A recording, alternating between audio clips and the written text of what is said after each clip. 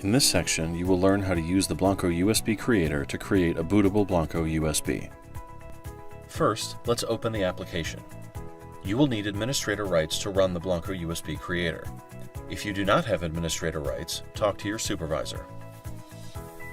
Now that the application is open, you can see the user interface. The main section of the interface is the list of images, which displays the name, file location, and size of the images. To the right, there are buttons to add or remove Blancco images. Under that, you'll see buttons labeled up and down. These buttons are to rearrange the order of the images in the list you will see when you boot from your USB. Beneath up and down, you'll see a checkbox marked Timeout and a data field underneath it with 100 by default.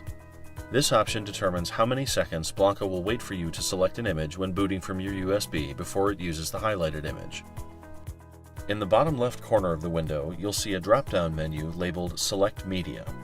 Click it to see a list of connected USB drives. Choose a drive letter to select that USB drive, or choose Select All to select all connected USB drives. Be sure to select the correct drive letter because Blancco USB Creator tool will erase all data from that drive. To the right of Select Media is the Format box. This determines whether Blancco USB Creator tool will format the drive before creating the bootable Blancco USB. Leave this checked. Checking the box marked Safe Mode disables the graphical boot menu. Leave this unchecked. Finally, the large green button in the lower right corner of the window is labeled Create USB. This is the button to click when you're ready to create your Blancco bootable USB. Now let's walk through how to create a USB. First, click Add. Navigate to the folder in which the Blancco images are stored. Select the image or images you want to use and click Open. Your selection has now been added to the list.